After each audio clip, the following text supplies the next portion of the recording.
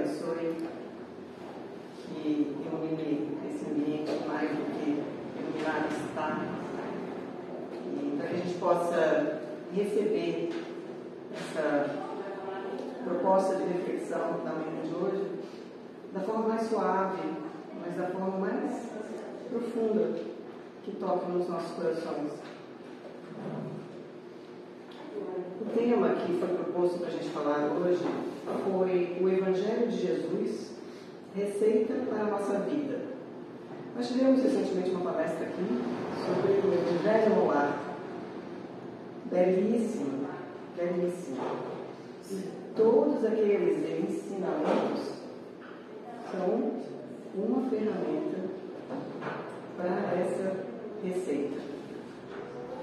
Então, nesses poucos minutos aqui, nós vamos tentar trazer esse tema de forma que a gente busque entender que receita é essa, para que serve isso, para que esse evangelho serve para a nossa vida, receita do quê? E se a gente pode entender receita de várias formas, né? Uma receita médica, mas eu preferi entender essa receita como uma receita de bolo, que eu acho que é mais gostoso. É. Então, uma receita, na verdade, receitas são orientações, né? Então, uma receita, descobrir quais são os ingredientes, uma receita de bolo, né? Então, quais são os ingredientes para que esse bolo fique bastante saboroso? Então, quais são os ingredientes para que o nosso progresso espiritual seja proveitoso? Hoje, né? Não lá no futuro, quando a gente virar Jesus, né? Porque no Espiritismo a gente acha que a gente um dia vai virar Jesus, não é? Não é assim? Nós somos criados seres simples e ignorantes, fadados à perfeição. Só tem um detalhe, não vamos virar Jesus, vamos virar, no caso eu, o espírito da Andréia, um pouquinho melhor, certo? Cada um na sua individualidade. Mas então, é esse o objetivo dessa receita, né? A gente produzir, tentar reunir esses ingredientes para que a nossa estadia aqui, nessa encarnação, seja o mais proveitosa possível. Antes da gente começar, uma pequena introdução do livro Caminho, Verdade e Vida. Exatamente porque esse livro é um dos livros da série que Emmanuel transmitiu pela psicografia de Chico Xavier sobre os ensinamentos do Cristo. Então, cada trechinho evangélico tem uma interpretação, uma série de livros, sendo um deles o Caminho, Verdade e Vida. E por que eu escolhi este? Porque Emmanuel começa o livro exatamente com um texto que se intitula Interpretação dos Textos Sagrados. Então ele vai chamar a nossa atenção de que forma a gente deve olhar para esses textos sagrados, porque a gente quer entender a receita para a nossa vida, né? O Evangelho é a receita. Então, Evangelho vem da onde? Dos textos sagrados. Mas como é que a gente interpreta esses textos sagrados? Então ele diz assim: sabendo primeiramente isto, que nenhuma profecia da Escritura é de particular interpretação. De cara, ele já traz um texto sagrado, chamando a atenção para que existe algo mais do que a interpretação da Escritura. O que é que a gente precisa saber além dessas palavras, ou além daquela interpretação de determinada pessoa, ou de determinada época, ou de determinado templo, ou de determinada religião? Então ele diz o seguinte: Jesus é o caminho, a verdade e a vida. Sua luz imperecível brilha sobre milênios terrestres, como o verbo do princípio, penetrando o mundo há quase 20 séculos. Lutas sanguinárias, guerras de extermínio, calamidades sociais não lhe modificaram um tio nas palavras que se atualizam, cada vez mais com a evolução multiforme da Terra. Tempestades de sangue e lágrimas nada mais fizeram que avivar-lhes a grandeza. Entretanto, sempre tardios no aproveitamento das oportunidades preciosas, muitas vezes no curso das existências renovadas, temos desprezado o caminho, indiferente ante os patrimônios da verdade e da vida. O texto é lindo, é longo, recomendo que a gente leia com muito cuidado, cada um interprete para si, mas eu paro exatamente aqui, nessa primeira chamada, que temos desprezado o caminho indiferente ante os patrimônios da verdade e da vida. Então, as diversas interpretações têm, por vezes, trazido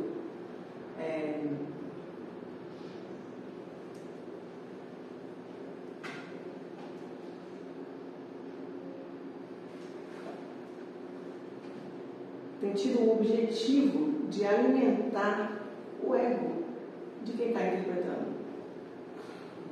E aqui, Emmanuel nos chama a atenção, porque Jesus já disse isso lá atrás.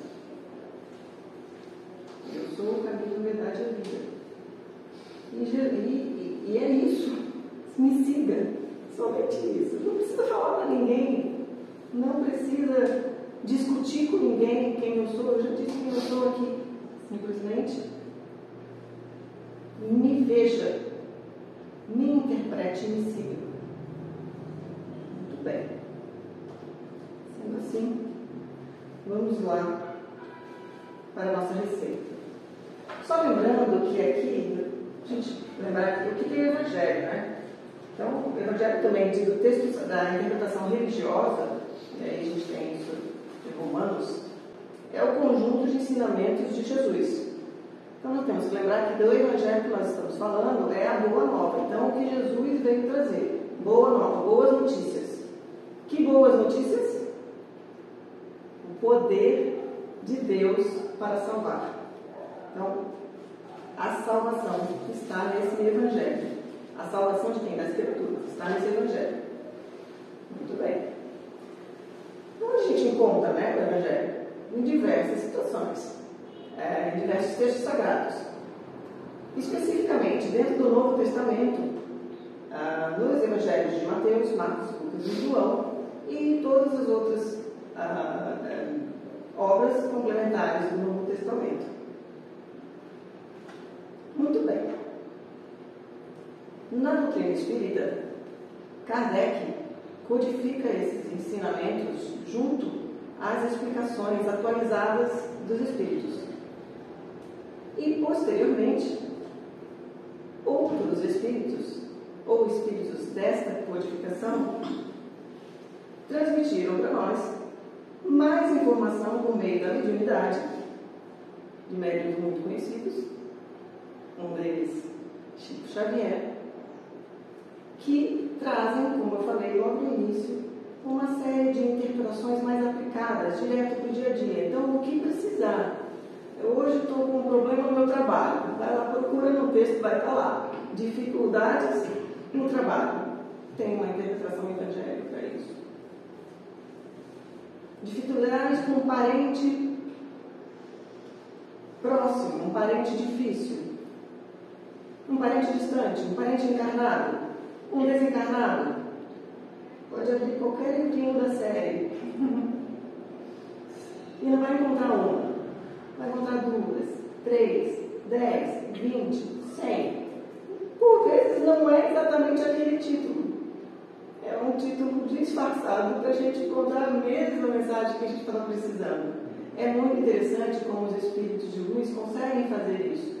Conseguem transformar o que Jesus trouxe para a gente, demonstrou. Aqui eu abro um parênteses, né? Jesus, eu ouvi uma palestra do Haroldo Dutra, ele dizendo assim, que Jesus pregava, mas ele não pregava que nem a gente, né? Ele caminhava 15 quilômetros, 20 quilômetros, 100 quilômetros, 50 quilômetros, não é? Totalmente ativo, né? A mansuetude de Jesus era muito ativa. Então, muito bem. Não vai nos faltar referência bibliográfica para nos consolar ou para nos ajudar quando a gente precisar de uma orientação de Jesus nas nossas vidas. No início do livro Jesus no Ar, que é aquele livro também que fala do primeiro culto cristão no ar, feito por Jesus na casa de Pedro, o livro é psicografia de Chico Xavier pelo espírito de Léo Lúcio, mas o prefácio é de Emmanuel. E nesse prefácio, veja como Emmanuel é consistente nas suas orientações. Nesse prefácio ele diz exatamente sobre essas diversas interpretações.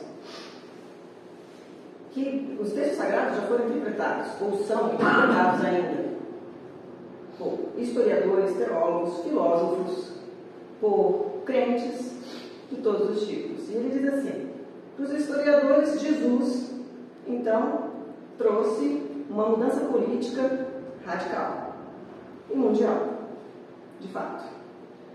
Para os teólogos, uma nova interpretação da fé.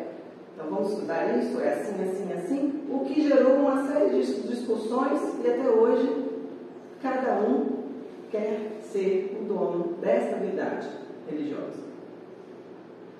Filósofos aí, polêmicas infindáveis, porque filosofar é justamente questionar. Então a gente questiona, né? Não é a resposta, não é a verdade. Então isso pode gerar polêmicas. Mas isso também gera raciocínio.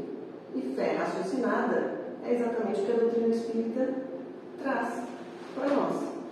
Que a gente já está num momento de evolução espiritual que é capaz de raciocinar e escolher. A gente não somos tão crianças que eu preciso que alguém fale para mim, faça isso, faça aquilo, faça aquilo. Não, a gente já está um pouquinho, talvez adolescente, né? Talvez adolescente, conquistando aí essa autonomia para as escolhas da nossa vida.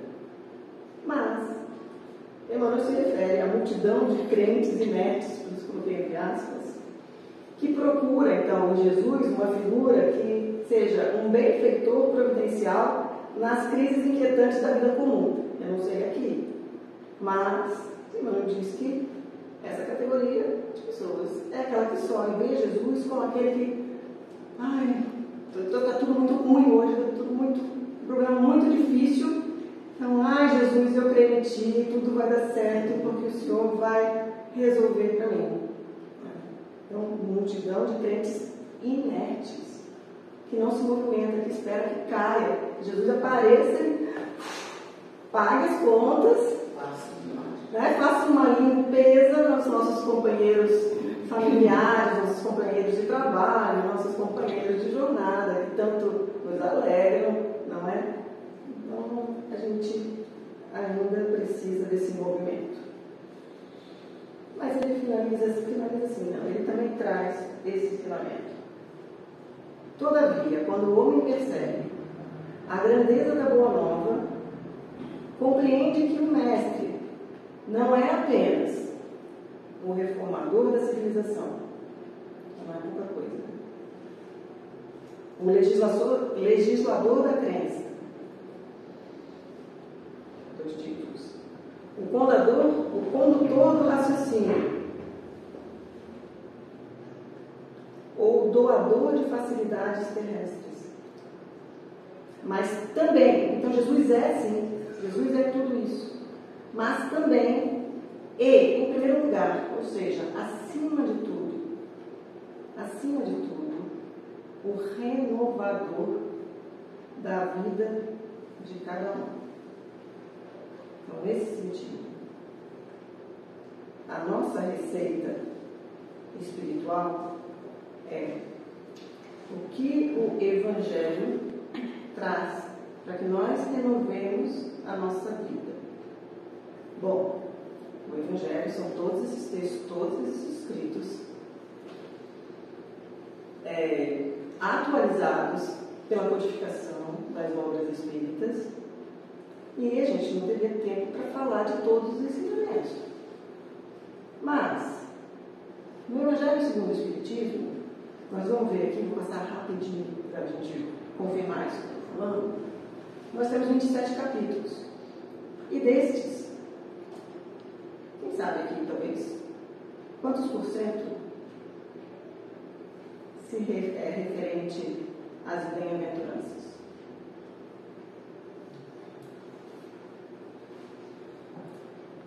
Praticamente metade. Especificamente 5 capítulos. Mas as bem-aventuranças, elas estão incluídas em praticamente metade do Evangelho segundo o Espiritismo. Portanto, a gente vai trazer alguns aspectos das bem-aventuranças como ingredientes dessa nossa receita, desse Evangelho para a nossa vida.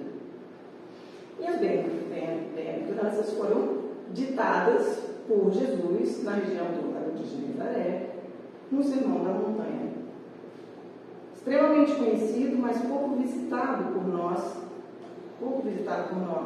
e bem descrito no capítulo 5 do Evangelho de Mateus. Então aqui só nós não vamos ler, porque hoje não é o objetivo. Aqui não vamos ler o Sermão da Montanha, mas só quis trazer que a gente precisa resgatar isso, buscar esses ensinamentos, aonde eles estão, e interpretar esses textos daquela forma que a gente precisa nesse momento, de uma forma mais ativa. Interpretar e aplicar para ver se aquilo realmente vai trazer bons frutos. Não é se vai dar certo, é se vai, qual será o resultado daquela minha interpretação. E se a gente pudesse escolher uma das bem-aventuranças, eu coloquei um negrito aqui, o negrito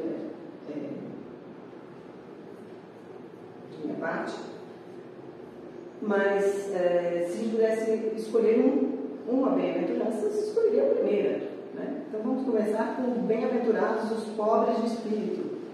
E bem-aventurados os pobres de espírito, interessantemente, a gente pode entender como pobres ou mendigos, aqueles que mendigam, aqueles que imploram espiritualidade. Podemos entender também como pobres de espíritos de riqueza de humildade, mas podemos entender desse outro lado também a importância daqueles, bem-aventurados aqueles que realmente escolhem essa busca pela espiritualidade, pelo contato com o divino. Então, Kardec codifica os ensinamentos da doutrina espírita em diversas obras básicas. Uma delas, o Evangelho segundo o Espiritismo. E como eu disse, nós temos aí 27 capítulos. Na verdade, 28, sendo que o 28º é aquele capítulo dedicado à coletânea de preces espíritas, que também é muito pouco visitado por nós. E lá, Kardec fez isso porque, na época, Kardec estava quebrando paradigmas, estava trazendo um novo olhar para aqueles rituais religiosos da época, para aqueles dogmas. Então, trazendo uma proposta. E aí, como é que a gente faz? Então, a gente reza assim, reza, sabe? Ora, de joelho, não, em pé. Quanto tempo? Que palavras que eu utilizo? O Kardec não trouxe uma metodologia específica, mas ele trouxe uns guias, umas orientações, para que a gente pudesse aprender a se comunicar com a espiritualidade. Então, esse capítulo da coletânea de preces também traz bastante ensinamento evangélico, porque ele faz uma introdução e depois ele faz uma proposta de oração. Muito bem. Então, os demais capítulos, como vocês podem ver aqui, eu listei os 10 primeiros, né? Não vim destruir a lei, meu reino não é deste mundo, há muitas moradas na casa de meu pai, ninguém pode ver o reino de Deus se não nascer de novo.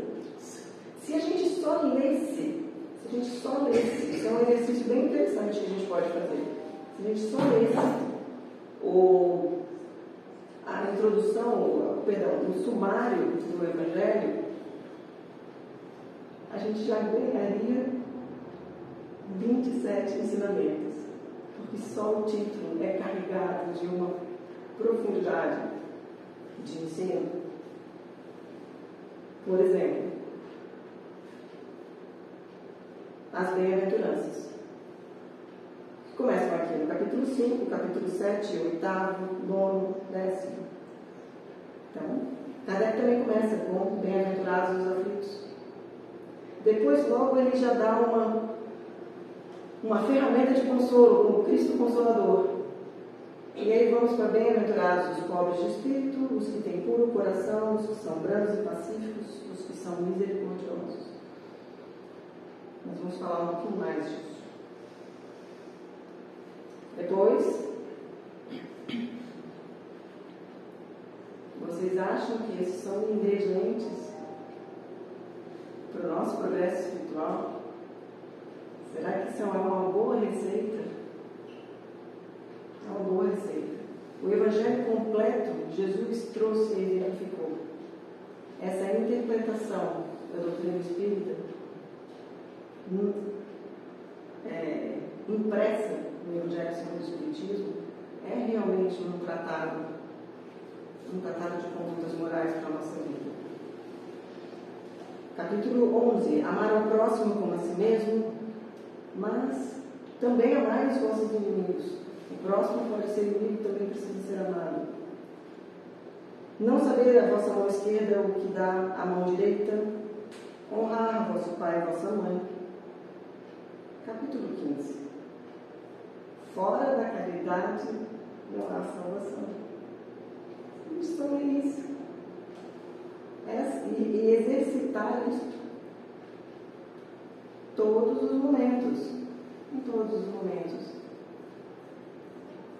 Aqui, quando sair dali, quando tiver a primeira dificuldade, quando tiver uma angústia muito grande, mas também quando tiver uma felicidade muito grande, a gente precisa aplicar a caridade em todas as situações. Porque exatamente esse é o mandamento maior aqui, não é? Não há salvação sem caridade. Não se pode servir a Deus e a Mamon, sede perfeitos, muitos os chamados, poucos os escolhidos, a fé transporta montanhas, os trabalhadores da última hora. E por fim, haverá falsos cristos e falsos profetas, não separeis o que Deus juntou, estranha moral. Estranha moral é exatamente, a gente precisa ler bastante para entender que diversas interpretações criticam diversas citações de Jesus. Então a gente precisa entender o que aconteceu. Né? Porque Jesus, perfeito, não vai falar nada que não sirva para nós, não vai falar nada que nos alfinete. Não vamos falar essa palavra, não vamos falar nada que seja fora daquilo que ele propôs. Lembra da cena do apedrejamento, em que ele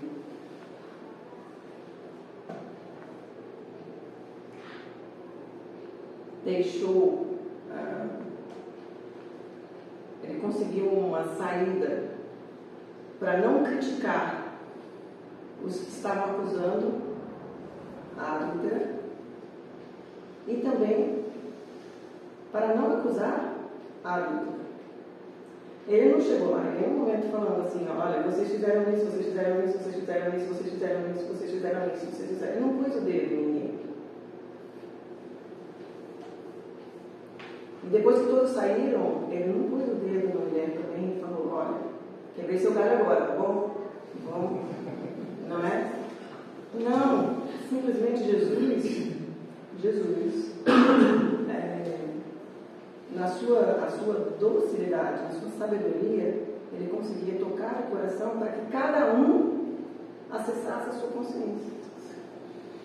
Então, esse é um ingrediente do Evangelho, né?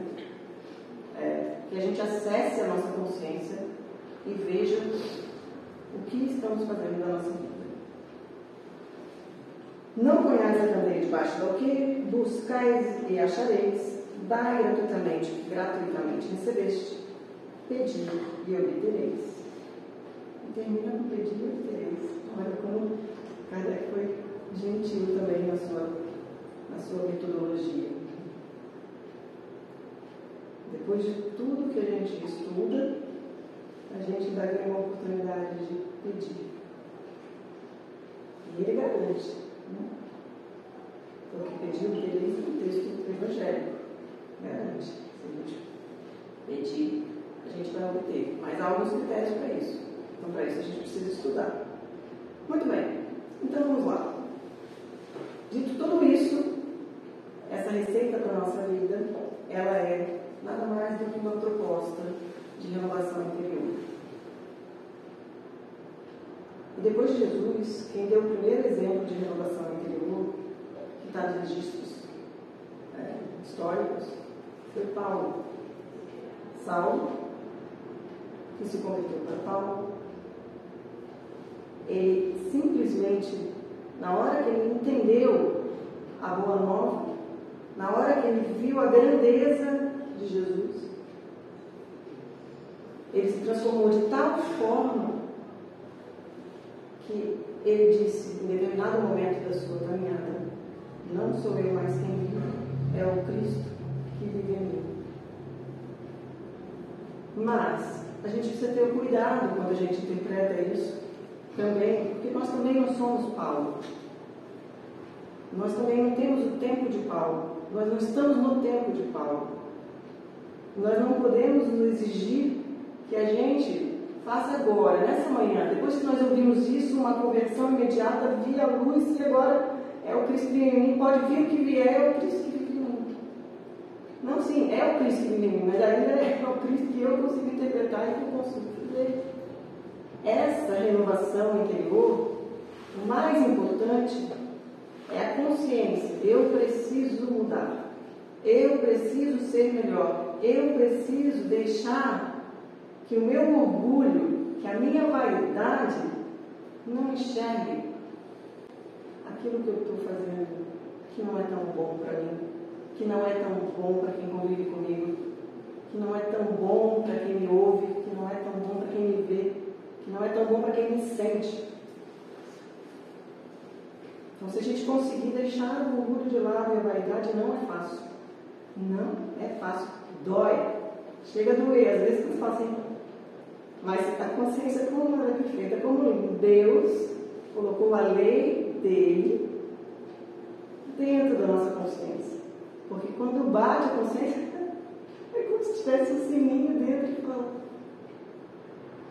acho que você devia voltar atrás ali, ou voltar atrás não, ir na frente ali, vai lá que interessa, fala, olha, sinto muito,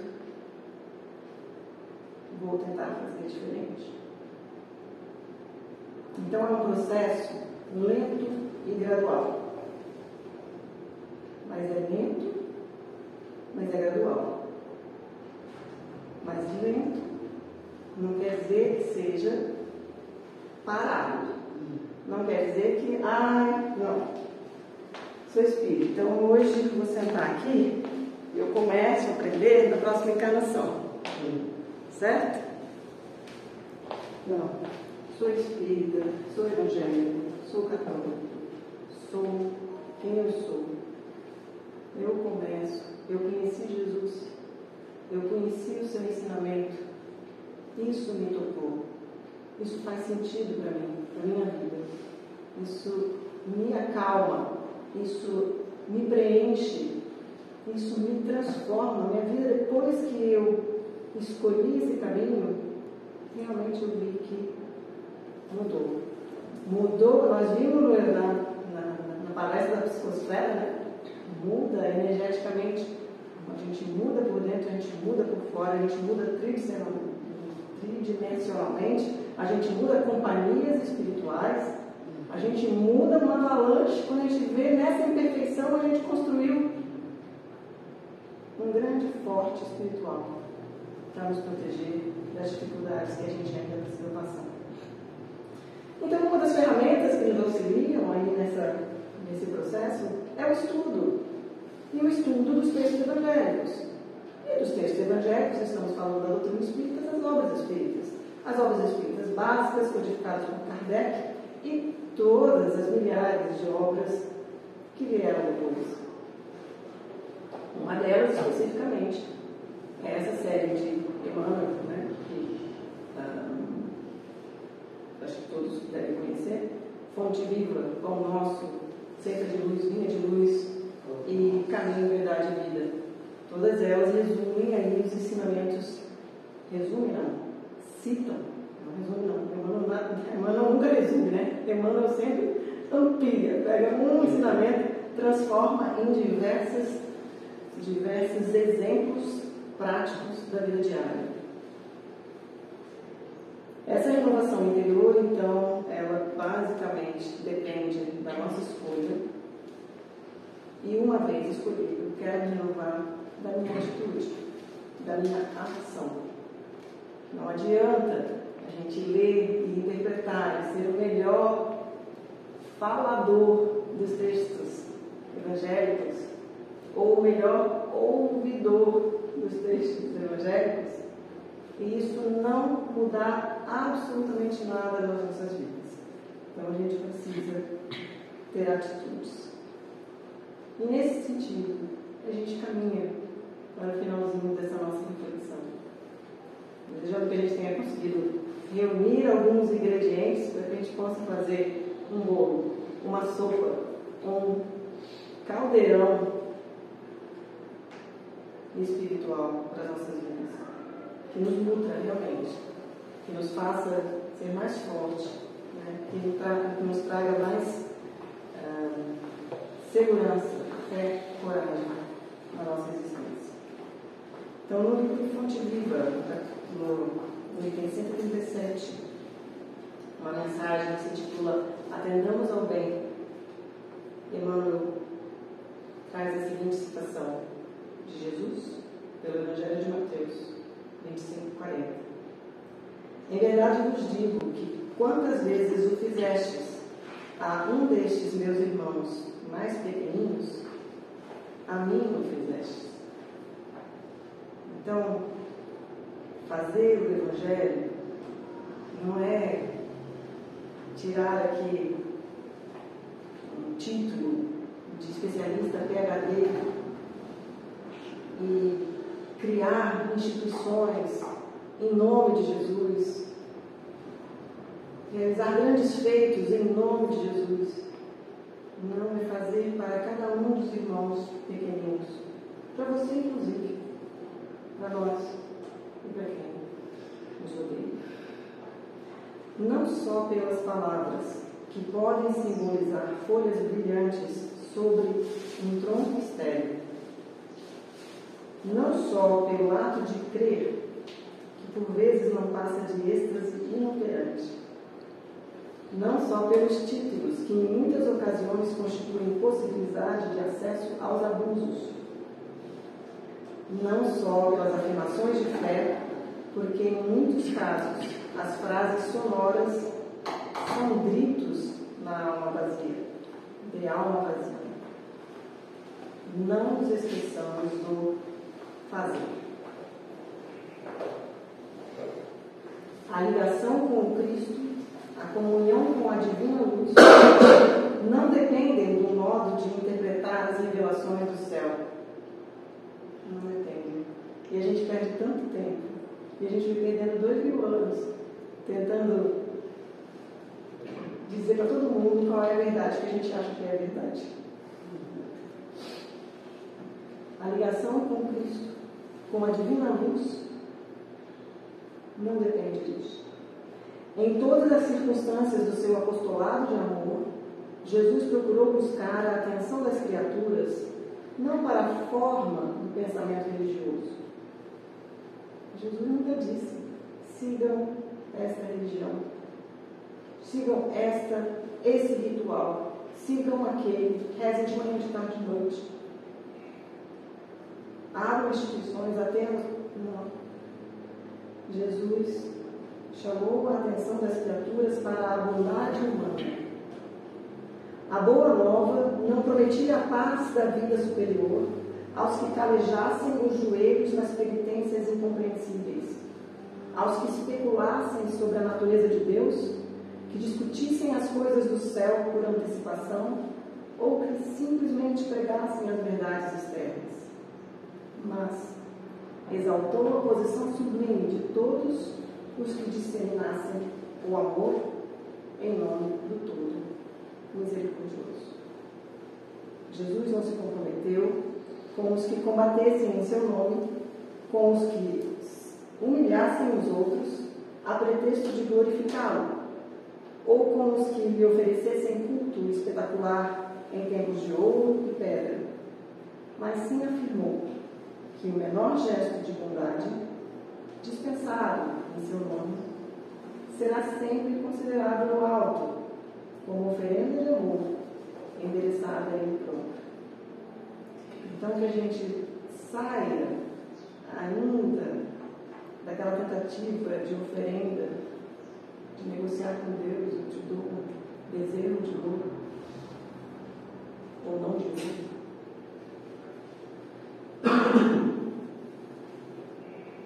Mas eu te dou o meu amor, um amor que eu posso produzir, um amor que eu sou capaz de semear.